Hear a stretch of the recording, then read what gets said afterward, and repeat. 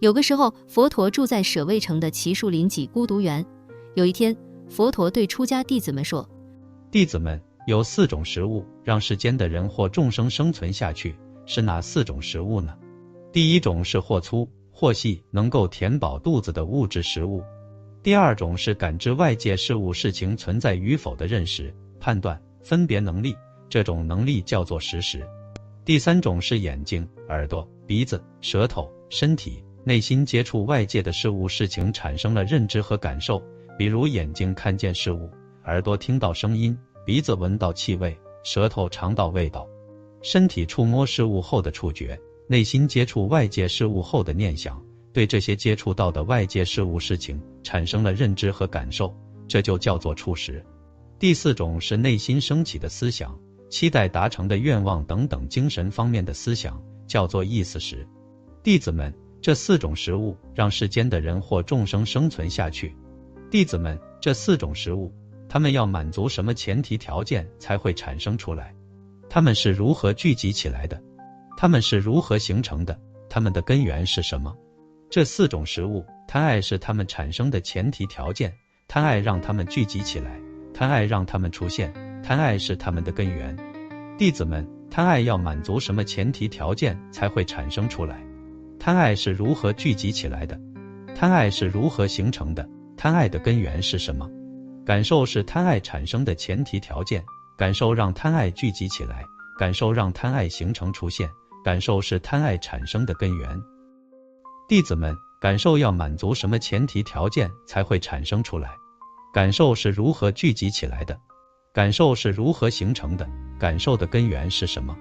接触外界的事物事情是感受产生的前提条件，接触外界的事物事情让各种感受聚集起来，接触外界的事物事情让各种感受形成出现，接触外界的事物事情是感受产生的根源，接触外界事物事情产生认知简称为触。弟子们，触要满足什么前提条件才会产生出来？触是如何聚集起来的？触是如何形成的？触的根源是什么？接触外界事物思想的地方，比如眼睛、耳朵、鼻子、舌头、身体、内心这6个接触外界事物思想的地方，就是触产生的前提条件。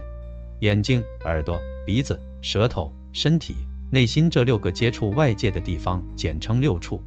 注意，6处只是接触外界事物思想的地方，也就是6处还没有接触到外界的事物思想，只是接触的地方。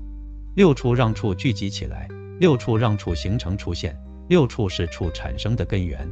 弟子们，6处要满足什么前提条件才会产生出来？6处是如何聚集起来的？6处是如何形成的？6处的根源是什么？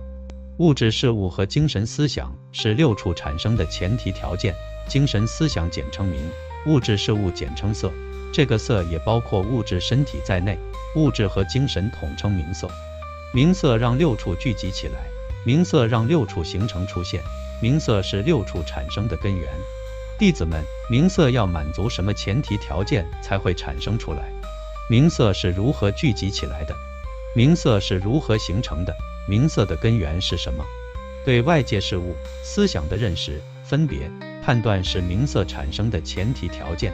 对外界事物思想的认识、分别、判断简称识。识让名色聚集起来，识让名色形成出现，识是名色产生的根源。弟子们，识要满足什么前提条件才会产生出来？识是如何聚集起来的？识是如何形成的？识的根源是什么？身体行为、口说言语、内心升起念想。行为、言语、念想是识产生的前提条件，身体行为、口说言语、内心升起念想简称行。行让识聚集起来，行让识形成出现，行是识产生的根源。弟子们，行要满足什么前提条件才会产生出来？行是如何聚集起来的？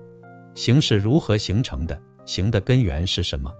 不明白世间的人或众生是很痛苦的，不明白痛苦的根源是贪爱，不明白只有先灭除了贪爱才能灭除痛苦，不明白灭除痛苦的方法就是修行八正道，不明白刚才如来所说的苦集灭道四圣谛叫无明。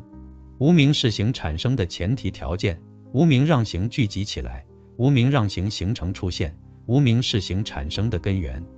弟子们，这就是缘起法世间的人或众生，按缘起法顺行，就会继续的在生死轮回中煎熬沉沦，受尽折磨和痛苦，也就是以无明为前提条件产生出行，以行为前提条件产生出识，以识为前提条件产生出名色，以名色为前提条件产生出六处，以六处为前提条件产生出处，以处为前提条件产生出受，以受为前提条件产生出爱，以爱为前提条件产生出取，以取为前提条件产生出有，以有为前提条件产生出生。